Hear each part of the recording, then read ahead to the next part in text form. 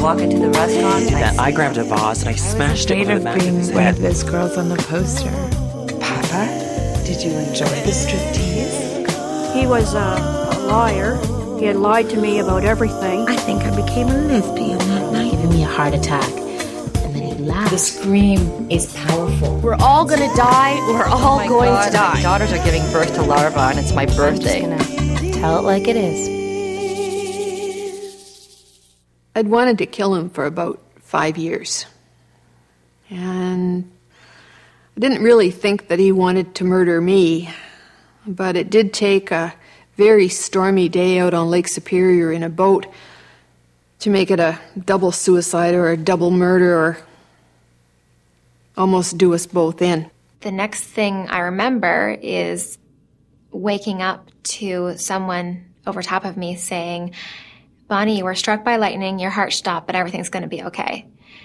And I just thought, you're crazy. Get off me. And I know that I was tied up at one point, for sure. There's this whole thing about a knife that, like, sometimes I think I'm remembering it wrong and I made it up, but I'm pretty sure there was a knife involved in a serious way. Tell it like it is.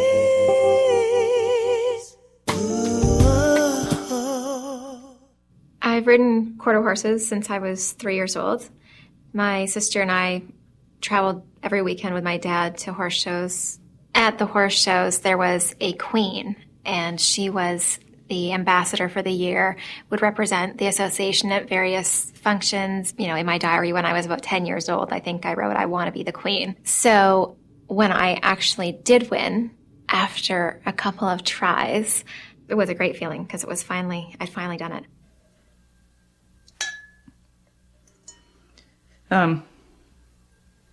Sometimes I think about quitting drinking. Not very often. Ugh. Oh my God, I'm hammered. Okay. Okay, so sometimes I think about quitting drinking. I don't know what, because I definitely don't have a problem. We'd been married for 13 years, and the first 3 were pretty good. But every now and again, I just shook my head and I thought, wow, this isn't the way love is supposed to be.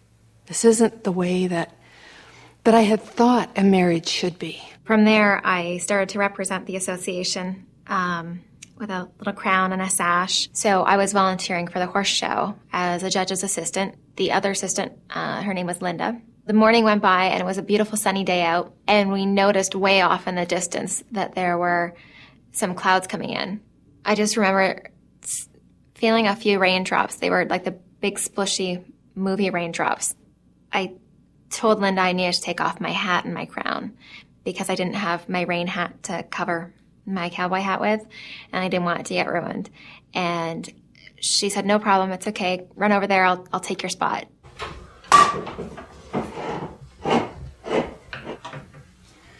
Once I had to quit drinking, about, Mike, who I've told you about, love of my life, blow, yeah. Well, when he first dumped me, I was doing that thing where you go out and get drunk every night and make the 3 o'clock phone call. Oh, I still love you. Ooh. Yeah, it wasn't working. Don't think he still loved me.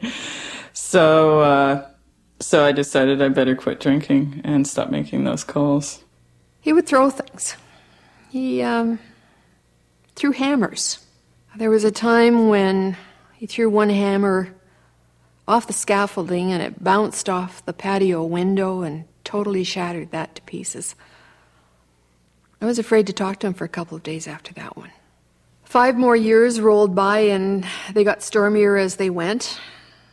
The rages were more intense. That got me scared, got me thinking, but then I thought, well, okay. This is a marriage. You love someone, you do what you have to do, and this too shall pass. I ran to the fence and gave my hat and my crown to my friend Derek. And jokingly, when I passed him my hat, I said, here, take this. I don't want to get struck by lightning with this thing on. And we laughed. He thought it was funny. And I turned around and ran back out. And I was about 2 or 3 feet away from Linda. And then I don't remember anything. I didn't have anything to drink at all for a couple of months.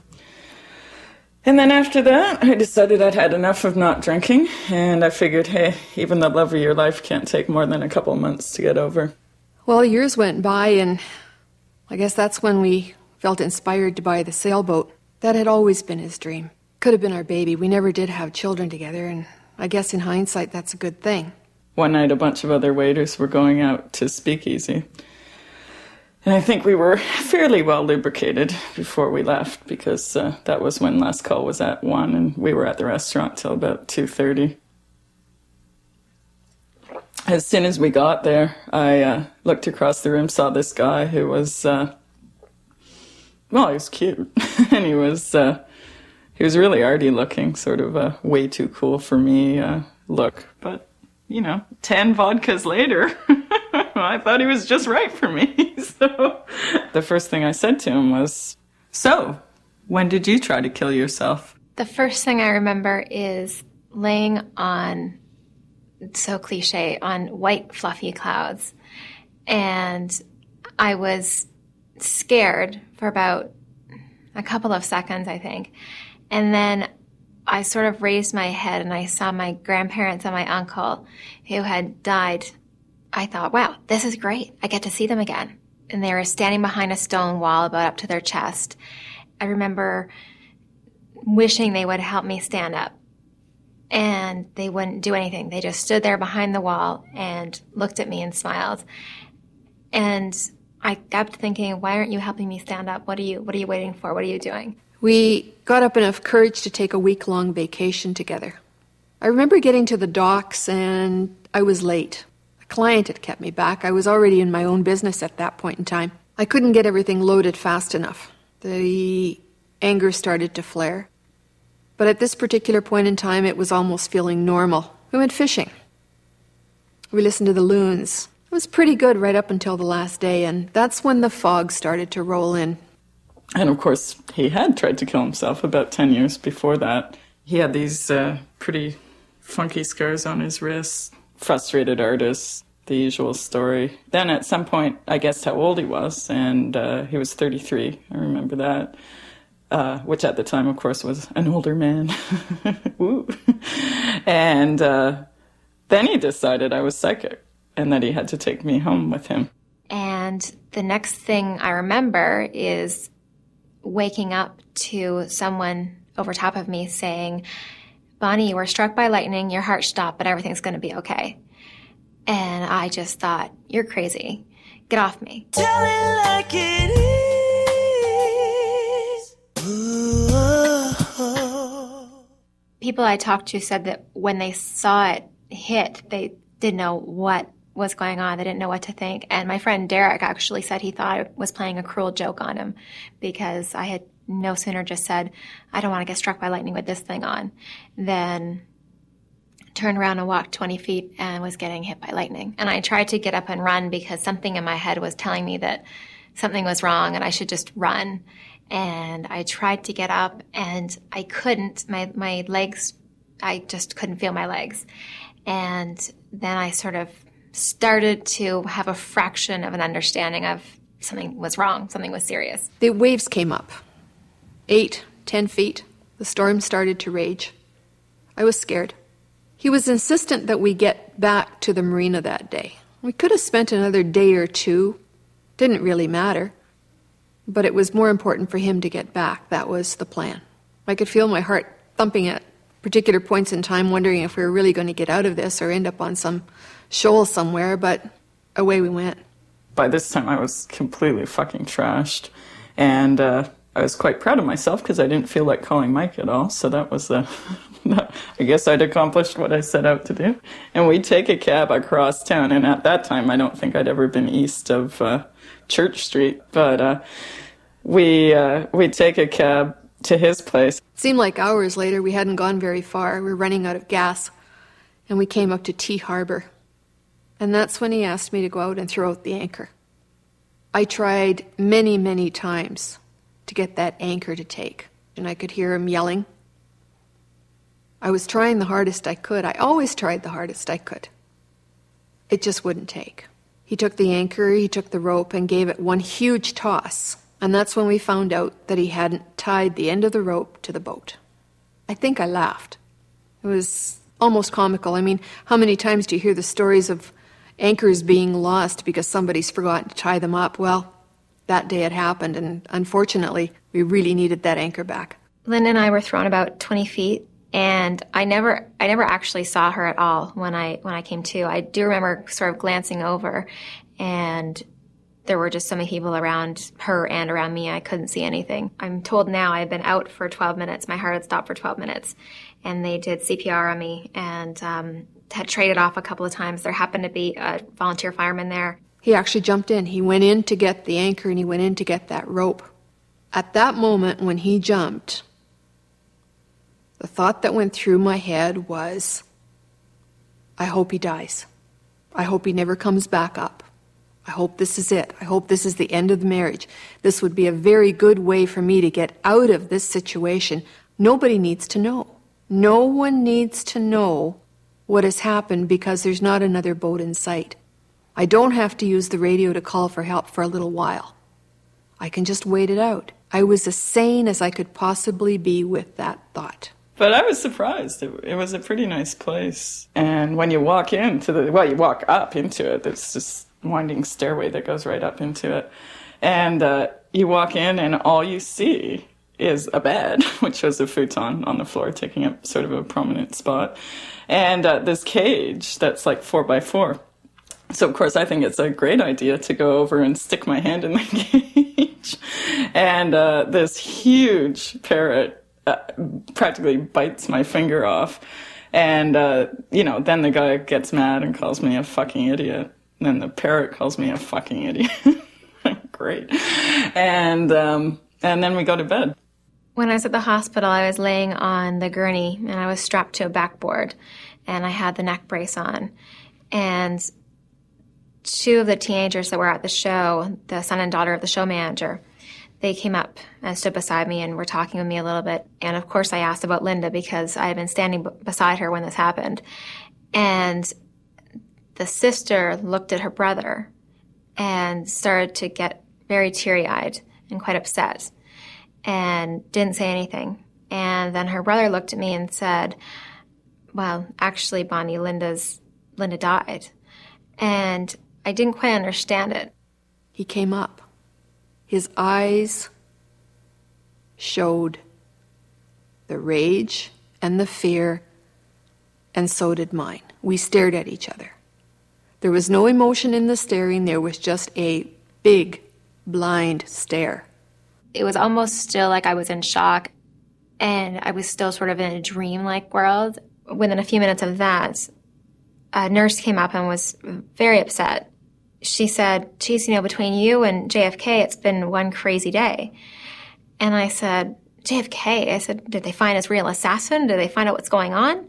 And she looked at me like I was crazy and said, no, JFK Jr., his plane went down today. And to me, that was more real than what had happened to me.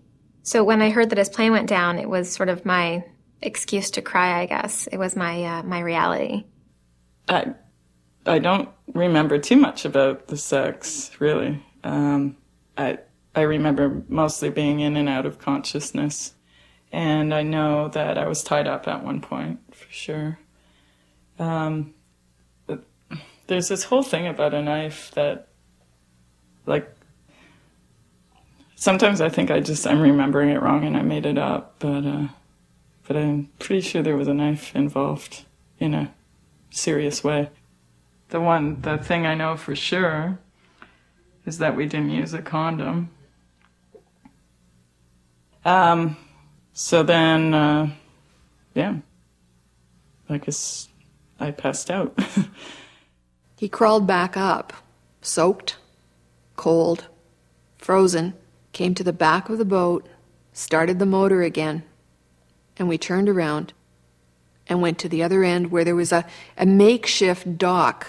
I walked to the bow of the boat and got ready to jump to the dock. I don't know to this day if I jumped short or he put the boat in reverse. I fell off the edge of the boat just missing the dock. Went down and could feel the keel on my back. It hit me a few days later when we went to Linda's funeral.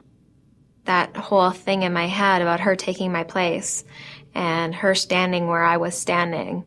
And it was just really hard to deal with. It was a lot of me thinking I should have been there instead. Maybe I could have gotten through it better. It was really hard to deal with. It was dark, it was cold, it was a frozen Lake Superior at that depth.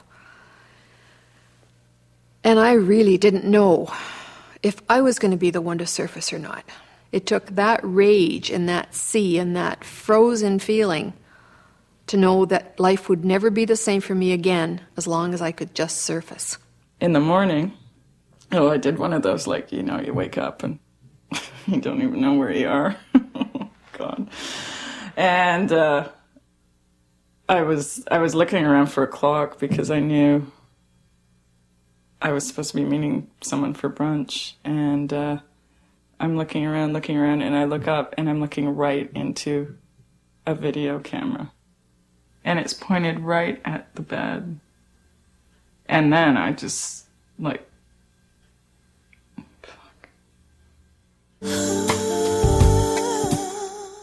Tell it like it is. I took 2 weeks off work.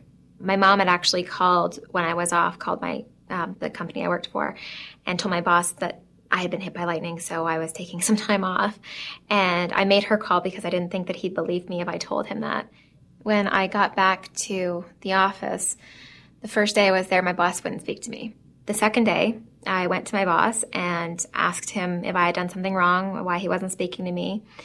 And he basically, he told me that they were busy and I just took 2 weeks off and 2 weeks holiday, and how can I do that in such a busy time? Before I knew what was going on in my mouth, I said, I quit. He said, you can't do that. And I said, actually, yeah, I can. I came up to the edge of the dock and grabbed hold. And when I did that, I saw him, his back toward me. He never looked back. I guess I knew at that particular moment that he wanted to kill me too. Then I got scared. And I just did one of those, where are my clothes? They were all over the floor. And I grabbed all my clothes and got off the futon, and I was too scared to take the tape or try to take the tape. I'm not really, I never figure out how those things work, and I thought he'd wake up. And I just ran down all the stairs. I somehow managed to get myself into some warm clothing inside and hunkered down into the front berth, crawled into a sleeping bag. He never said a word, and neither did I. It was a long night. I didn't sleep. I don't know if he did or not. We never spoke. And when I got to the kitchen, the first level, I somehow remembered I had no money because I'd spent it all on booze, of course. His wallet was on the kitchen table, and it was so fat. It was full of 20s and 50s. I took $1 so I could take the streetcar home. And I left, and I didn't leave my number, obviously. Yeah, and I never called Mike again. At sunrise, we motored out of Tea Harbor and started back to the marina, and I knew exactly what I had to do. I jumped onto the dock. I grabbed my pack sack, I grabbed my car keys. And that was the end. That was the end of the marriage, that was the end of sailing. That was the beginning of something that I never could have dreamt possible. It just made me realize that life is far too short, and if I would have died that day, I would have been a very unhappy person. And as much as I always thought that I was doing the things I wanted to do and sort of living life to the fullest and, seize the day and all that sort of stuff, I realized that day that I wasn't. It was 9 years ago. And it's weird that at the time I thought it can take 2 months to get over someone, and then I found that it doesn't matter how much I drink, that it can take well, I guess it can take more than 9 years to get over someone.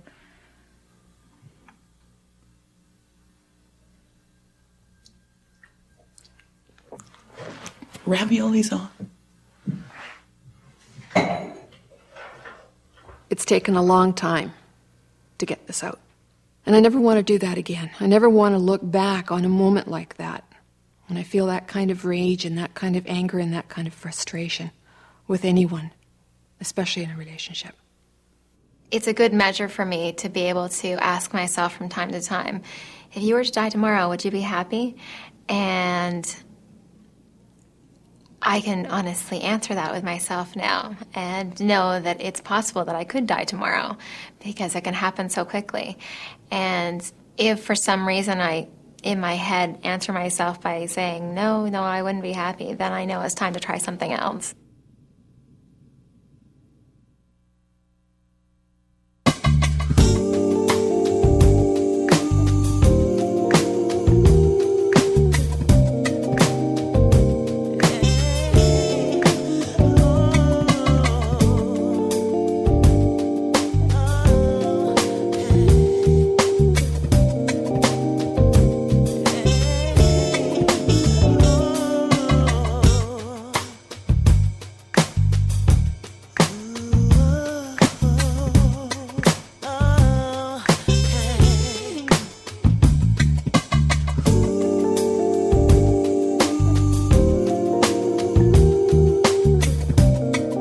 We went on vacation to Disney World, and I swear that's the first time in the history of Disney World in Florida that it actually snowed. You know, I think he was wearing a bolero, but that doesn't seem right to me now. But anyway, he was cute. Believe it or not, there's actually an association called the Lightning Strike and Electric Shock Survivors Association. It would be kind of cool to have the membership card.